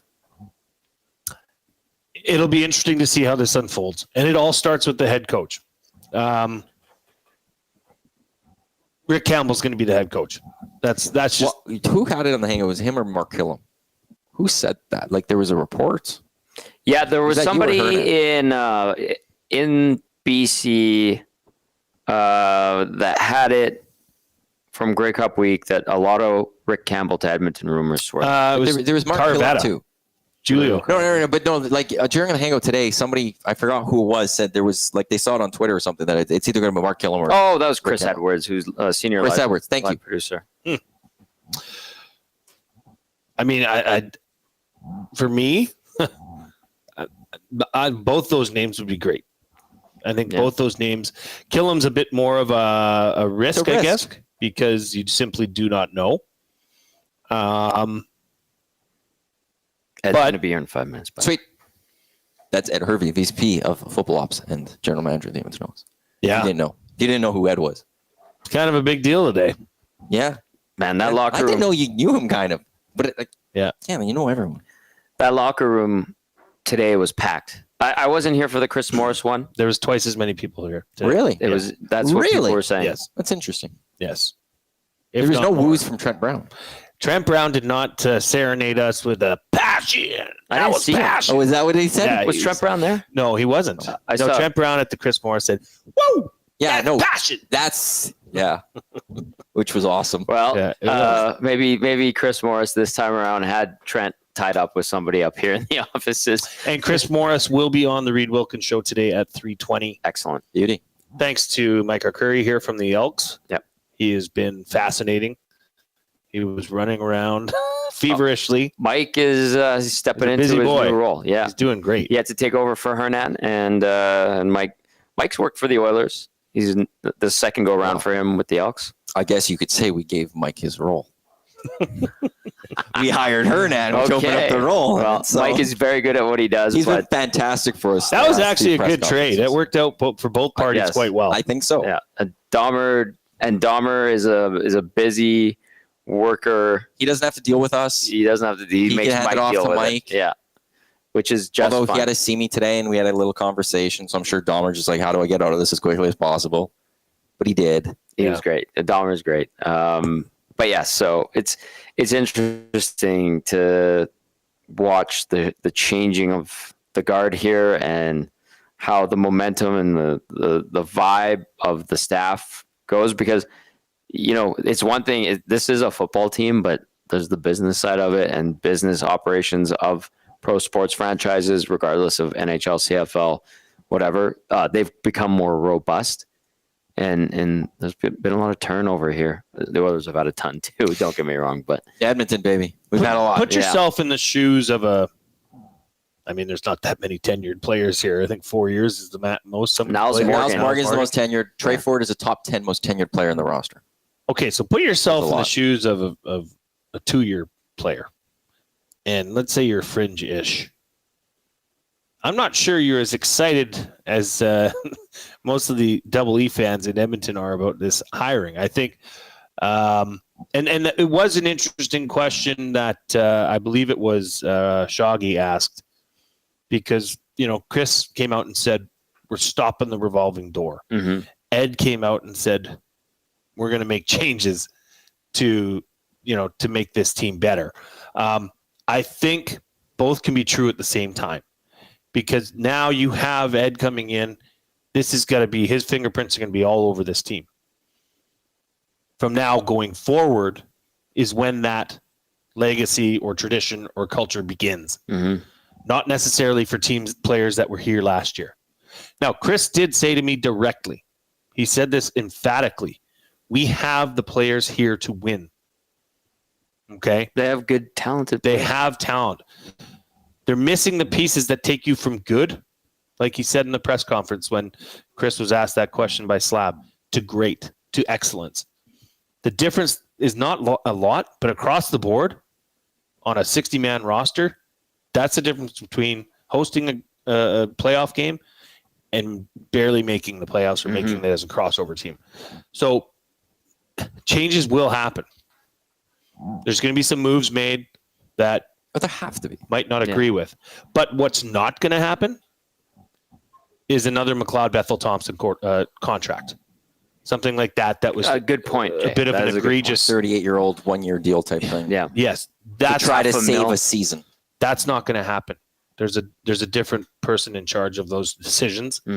And I just the outlook on the team, and I'm putting myself in a player's mind here. I would be like, okay, where's the gym? I'm going to the gym right now. I think there's if I'm a player and I'm sitting there, and like a little worried about this, Ed's not going to want you on this team anyways. Yeah, like you don't have the mentality that Ed's looking for. Yeah, you should. If there's a player out there that is listening to that, going, that should be their response. I think that's what Ed wants out of them. Is I got to get in the gym. I'm gonna be one of those guys. I'm gonna be that guy that helps get this going, and that's what I think. We will see here. We're momentarily going to be joined here. Ed Hervey, who is the vice president now of the Edmonton Elks, as well as general manager of this team. Which headset do we have? That one? Okay, now I got to switch which ones here. Ed, welcome. Thanks for joining us. Good to see you again. Congratulations. What's it been like being in the offices? Feel like you feel like home? Yeah, absolutely. It does feel like home. Even though, when you leave your house and you're gone for a long time and you come back, the furniture's moved, some people have changed, but it still has that feel of home to me, right? I feel comfortable here, and I'm just excited to be back. When you were let go here from the first time, there's a lot of people that were upset about it. And I don't want to go on to those decisions, but fans, I don't think ever really got over it. They've been looking forward to this day. I think every single year, every time there's been some sort of changes, your names come up, especially by fans. The change happened not because of football reasons or anything, and they liked what you were building here. For you personally, is this unfinished business, or is this just 2.0 with this franchise? Well, first of all, the first time I want to make certain to our listeners here that for all the negatives, and I do appreciate the support, there's a lot of positive to draw from my departure, right? I got a chance to be mentored by Wally Buono, and I think that was invaluable experience for me as a young general manager in this league, and understanding how he did things, seeing his perspective behind things, and then moving over to Hamilton and working with Orlando Steinauer and Scott Mitchell, who I know they're very passionate about the CFL, and they, again, first-class organization. So when I come back here almost like I have a master class in other organizations, and being able to take a little bit of what I've learned from those places and be able to instill into our organization here and build. And I just want to, I know that everyone wants to win. We all say we want to win, but I want people around me that will live it, that they're going to feel it, that they're going to come in and understand when they come in the building, they're going to feel the energy that we're working hard, we're working together, we're pulling, we're aligned. And then when the players get here, the same thing, when they hit the field, they're ready to perform. And, that's going to be what we do. And we're going to be all about that. The foundation of building a brand is one part, but building a core of players, staff, people who believe that we can win every game when we set foot on the field. That starts today, and we have to instill it throughout, not just the players, but our fans as well. And I'm just ready to get going, and I'm excited about that. What was the process like, let's be honest, you were highly speculated as soon as Chris was named as the club's new president to be coming in as the GM. What was the process like? What were the steps like in leading to that? Obviously, it was released to the press that they had asked to interview you, but what was it like as far as you and Chris, and how much did you guys go back and forth on that? Well, I was actually getting ready to meet with Hamilton and discuss our future plans moving forward. And then Scott Mitchell had mentioned to me that Edmonton had reached out and requested permission to speak. And, I was obviously flattered by that. And, through that brief moment, I looked at him and I said, hey, I got to be honest with you that, that's an opportunity where if it presents itself, I have to consider, because the Edmonton job isn't a job to me. it's a responsibility to a community that I've been a part of, that I'm still a part of, to make sure that things are being done right within the organization with the best interest of winning and the best interest of the people in here. And we had a candid talk about that, and I didn't know where the process was going to land because, again, new ownership and Chris being on, it wasn't a shoe-in for me to be the guy, but I do know Chris, and we were aligned in a lot of things, but there was a process. And for me, it was different because I didn't take anything for granted. I wasn't going to, and I handled the process the way whenever I got called, I answered when the interview times for me to speak. I spoke my piece, and I felt like for myself, if I was going to put myself out there to sell myself as the guy, I said, for what Edmonton needs right now is someone who understands this community and who's ready to hit the ground running, and who's here and who lives here, wants to be here. I can walk in any city and sit down and talk about Edmonton Eskimo football, Edmonton Elk football, whatever the case is, whatever name our fans choose to, refer to us as. I bleed this, and I'm excited about being back, and I'm just ready. I'm so fired up to get going. I'm just ready to roll my sleeves up and find the people around me and players that are willing to do the same. Can you talk about your relationship with Chris Morris? I know years ago, I remember Dave Jameson saying that, when you're playing days, your locker always seemed to be relatively close to the offensive lineman, which generally doesn't happen. But that, clearly you and Chris have a relationship. How do you think you guys are going to work together with a working relationship? I think it's going to be really fun. I had a chance to work with him, obviously, on the football projects that we did in the Northern Alberta Football Summits. We're very aligned on the things that we see football wise. He's got a major responsibility, learning the position as CEO. And I think he's going to do an excellent job there. And he knows that he can turn his back and trust me to do football. I'm going to make sure that he's informed on everything that we're doing. I think that the lines of communication between he and I have already been established 20 plus odd years ago. So it's not going to be difficult for him to, come in my office and ask questions, or me to go in his office, as long as he's, not in a meeting or anything. But opportunities for us to speak are going to be frequent. And we have a responsibility to one another to make sure that our information that is going back and forth, because our staff, the people in this building, and our players need to see that there's alignment at the top in order for us to have a product on the field that people can be proud of. And it has to start between Chris and I and our relationship. And that relationship's only going to go stronger than it has been.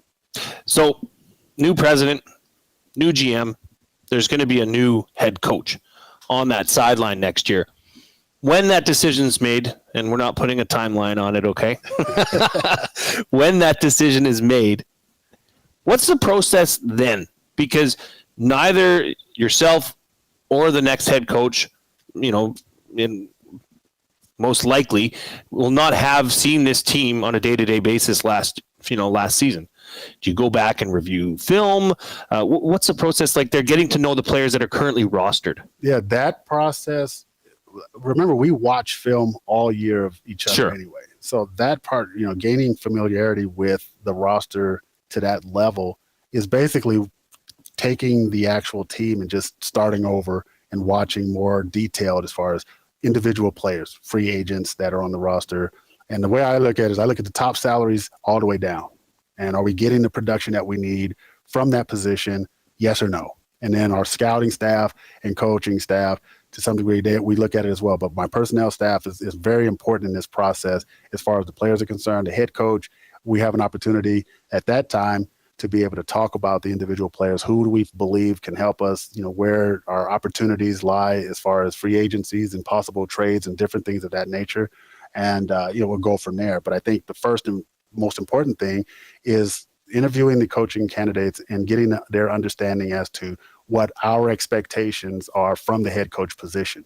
And from there, the head coach buying into what there's an understanding of what we have to do. It's not just going to be coaching the players. There's a responsibility to the head coach as far as this community is concerned, in understanding that, we need to help fill seats as well. And as to our responsibility, we have to be accessible to the media. We have to be accessible to our fans. And there's going to be different opportunities for us at different events throughout the city to make sure that we're connecting and engaging ourselves in the community as well as putting the best product we can on the field. Well, I thought it was interesting that you alluded to, speaking of players, of trying to get players here throughout the offseason to make this their home. And you can obviously understand the value in that. As you've been, around the CFL and other organizations, is that something that is you see a lot present throughout, or is that something you thought worked for this, back in the day kind of thing, and you think it should come back? I think you see it in various organizations, not as much as it was when it was here. But I can assure you that when your players spend the offseason together, they build a rapport, they build a core, and they build a lot more of what you don't see together. And then when there's 10 guys staying around, all of a sudden there's 15 guys, and then 15 turns into 20 because guys want to be where their teammates are, and we want to be able to provide that opportunity for the players to be here in the off season with doing community stuff. We have to get back into the community. Our fans need to know who our players are, right? This 1 year and done and going on to the next team and 1 year and moving on. That's not the CFL. That's not the CFL that I know. Yes, we all do it. It's like, hey, we roll it.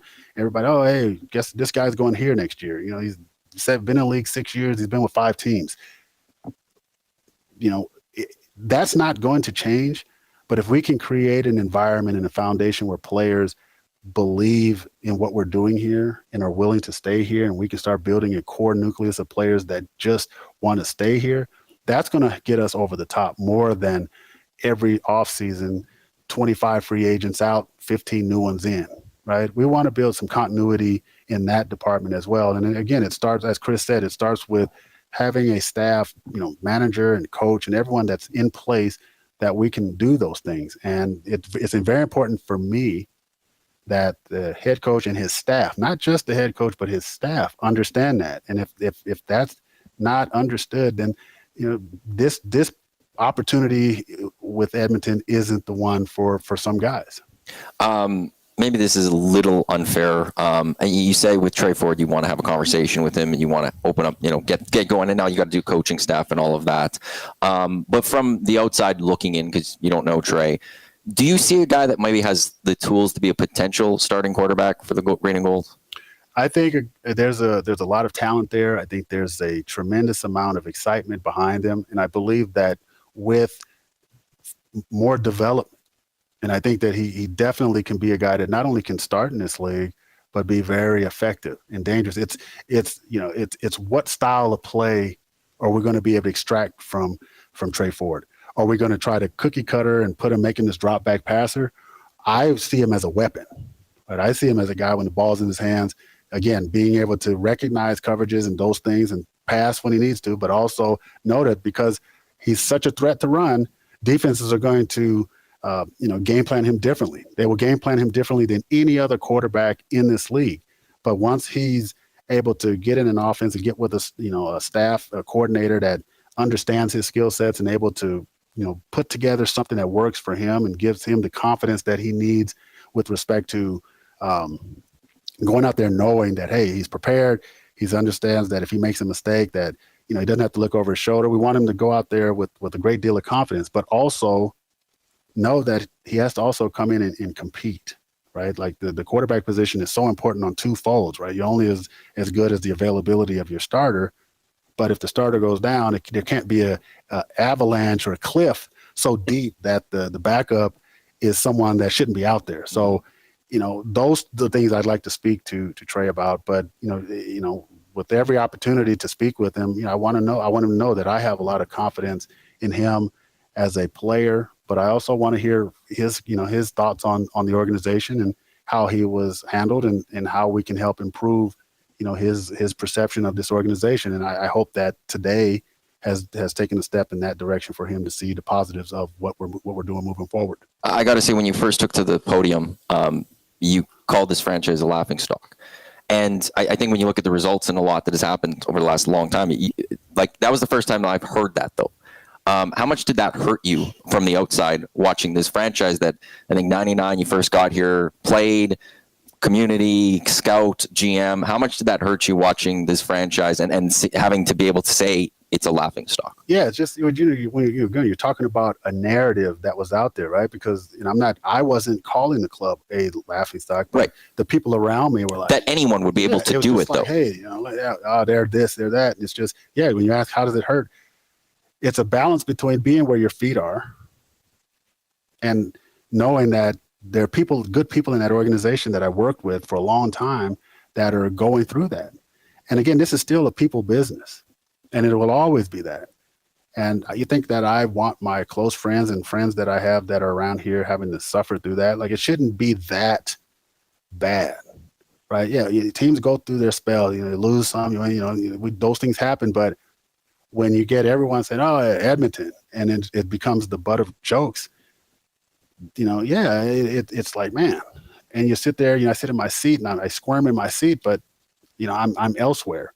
And yes, I'll be honest with you. Like I always said in my back of my mind, if the opportunity ever presented itself in the right situation, I would love to come back. Not because my house is here, but because I truly care about this football team, this organization, and the people that come here. And I know that they're passionate about this team. And I just hope that they recognize and understand that in the general manager's chair right now is someone that they can trust, someone that's going to be honest with them, and is a grown-up. And there's not going to be a lot of room for, Mickey Mouse stuff in our football department. We're going to be professional, and when the players get here, we're going to give our best efforts. And for those fans who are, haven't come back or stopped coming for a while, I'm hoping that we can do our best to convince them to start coming back and return to the stadium and give them something to cheer for and be excited about. I just got to say, with all due respect to BC and Hamilton, the orange and black, the yellow and black, it didn't look as good on you as the green and gold does. So congratulations and welcome back, and look forward to seeing what you can do with this football team, Ed. Thank you. Well, I just got to say one more thing here, because in the press conference you said that your office is going to be an open door. Yeah. So next time we have to come here to do a press conference, when the next head coach is hired, I'm assuming that means that we won't be stuck in this office, but we can just come in your room. Absolutely. Guys, absolutely. You can come in there and I'll make sure that, you have all the space you need. Guys, it's a different version of me this time around, guys. Thank you very much. Right. Appreciate it. Great seeing you, Ed. Thank you very much. There we go. Ed Hervey, Vice President of Football Operations, General Manager of the Edmonton Elks. For me personally, that just sounds right. And we will see what Ed can do moving forward with this club. The work for Ed begins, I think, right away. As soon as he leaves this door, I'm assuming the work is going to get going. We will wrap up shortly here down at Commonwealth Stadium. It is EST live on location at Commonwealth Stadium. I don't know which mics are for which ones. That was the one Ed was just on. Okay, I just walked in. I imparted myself. I just walked in. He's just, I will say, Ed is always a great dude, and he remembers people. Like, there's no reason for him to remember me. But he does. No way, I'm just a nobody type thing. And but he's always remembered me. We've had some interactions over the years, but I don't think there's anything that he needs to remember me for. I will say one thing. When I asked him about Trey Ford and could he be a starting quarterback, started talking about, do you have him as a pocket quarterback and how they would use him, as he was saying. Well, yeah. He's very much, Trey Ford is very much would be in Ed Hervey's plans if Trey Ford wants to come to Edmonton. Oh, big time. And that gave me the most confidence I think I've had in months that Trey Ford will still be with his organization in 2025. I could tell the wheels were spinning in his head, and he's been thinking about this. And the fact that you reiterated he wants to get Trey's side of the story, understand where the player is. But it does sound like there's a true appreciation for the player from Ed Hervey's point of view. Yeah. And I think Ed, being in the community, understands what a star marquee guy can do to help get more butts in these seats. He brought a big star last time. But talk about his understanding and willingness to talk to Trey, not only about the football stuff, but son, I want to hear what happened to you. Yeah. How bad were you hurt? Is it deep enough? Is the cut deep enough so that you're essentially saying, no, can't do this again? Mm-hmm. Or can we now get you back and treat you right? And he said exactly what Jed Roberts has said, Reid said, I've said, you've said, hell, we've all said it. Use Trey to his best capabilities. He keeps defenses on toes, right? I mean, last year on the field, I don't want to talk about last year too much, but it must be stated. There was packages available. McLeod for this series, Trey for this series, and vice. That could have been used, and it was there are not ways utilized. to have it been done. Right? If you were committed to it, you could have found ways to utilize both quarterbacks last year. But he did understand what and mention without mentioning it too much. But that's what Trey needs to work on, is that understanding that football drop back IQ, where you're reading defenses and you're playing.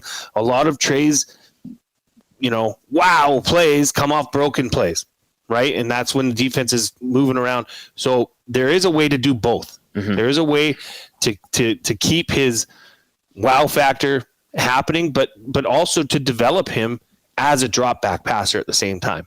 So I didn't want to say it to him, but I was gonna inform him that you're the president, Marty, of the Trey Ford fan club here in Edmonton. But I think you have to. Your feet must be off the ground. The conversations with Ed and I will come later. We'll have those conversations as a representative. Yeah, in his Trey office, Ford, an unofficial representative. I'm not. It's like those books that are like unauthorized. Yeah, I will have that of the Trey Ford though. That's I'm here to speak. This was a fun day. We got to wrap up here because EST Afternoons is coming up in mere minutes, and unless we finish bow hunting. Can I just say something that this organization is the Elks. It's first class to how they deal with us. Yes, and kudos to everyone, Dahmer, Michael Curry, that are involved in this. EJ. It is first class. And thanks then to Chris Morse for continuing that and allowing that, and we'll see what happens here. Ed Hervey once again officially unveiled. It was announced yesterday, but he's the general manager and vice president of football operations for the Edmonton Elks. That will wrap up our live on location coverage of Edmonton Sports Talk. Lots to come up here on Edmonton Sports Talk from 1 until 6. We got EST Afternoons as well as the Reid Wilkins Show with Jay Milne. Within that, Chris Morris 320. Nice. Also discussions on the Oilers and the Sens win and looking ahead to Oilers and Wild tomorrow. Lots to come here on Edmonton Sports Talk. On behalf of Belzy, Hernan, Reid, Jay, Tommy, I'm Matt. Thanks for tuning in to EST, your clear choice to Edmonton Sports. Up next, it is EST Afternoons with Gager and Hernan. Bye for now.